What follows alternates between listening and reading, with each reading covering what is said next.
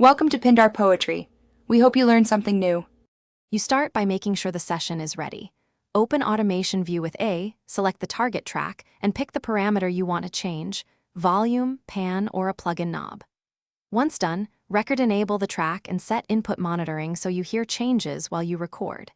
If you plan short takes, make a loop region for focused passes. You're not tweaking yet, you're creating the precise environment so automation captures what you intend. Now you capture and refine. Pick the automation mode, write for full capture, touch to return when released, or latch to hold values. Read will replay existing moves. Record in real time by moving controls during playback, or switch to the pencil to draw exact nodes and ramps. Once recorded, zoom to a 1/4 or 1/8 beat to nudge points and create smooth fades. Make sure to toggle snap when you need strict timing. Otherwise, finish by committing your changes.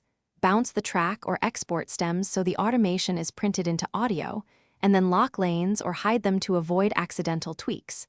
Make sure all automation lanes you need are visible before the final bounce.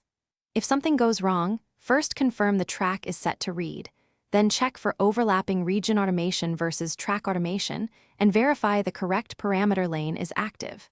If needed, undo to the start of the pass and re-record with a safer mode. Thanks for watching.